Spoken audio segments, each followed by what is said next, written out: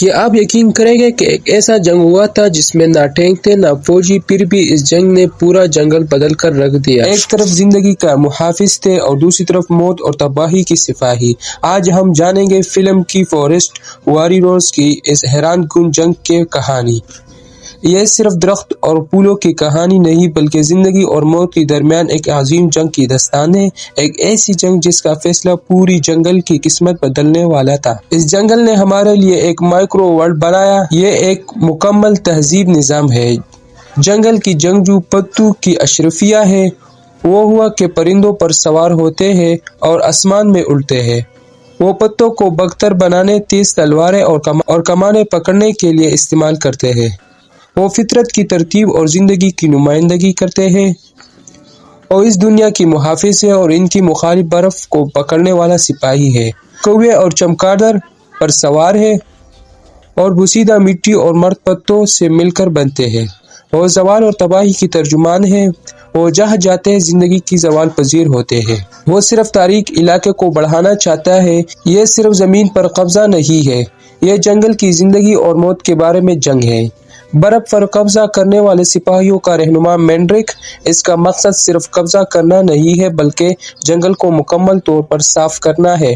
وہ جنگل کی رانی سے نفرت کرتا ہے جو زندگی اور وراثت کی نمائندگی کرتے ہیں، اور پھولوں کی تیلے سے جو مستقبل کی امید کی علامت ہے۔ جب تک پھولوں کی تیلی موجود ہے جنگل زندہ رہے گا۔ برف پر قبضہ کرنے والے فوجیوں کے لیے جو زوال اور موت پر انحصار کرتے ہیں یہ ایک آفات ہے۔ جب برف پر قبضہ کرنے والے سپاہی جنگل پر حملہ کرتے ہیں ان کے حکمت عملی تباہی اور مایوسی لاتے ہیں۔ برف کو پکڑنے والا سپاہی دھند کے بادلوں کی طرح جنگل میں سے گزرتے ہیں، پتی فوراً مر جاتی ہے۔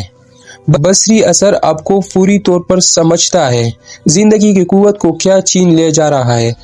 آخر کار جنگل کے سپاہی ہوا کے پرندوں پر سوار ہوتے ہیں اور تقریباً پوری رفتار سے جنگل میں سفر کرتے ہیں۔ جب وہ برف کو پکڑنے والے سپاہیوں کا سامنا کرتا ہے جو کووں کی طرح بڑے ہوتے ہیں، برف کو پکڑنے والے سپاہیوں کی رفتار ہوا کی رفتار جتنے تیز ہوتے ہیں، اس جنگ میں بصری کی طاقت اتنا ہی ہے جتنی فضائی جنگل کی رانی کو فرار ہونے کے عمل میں، اور اس پر حملہ کیا اور دشمن کی زہریلی تیز سے پیٹ میں لگی اور جنگل میں گر گیا اور پھولوں کی تیلی کے سامنے مر گیا۔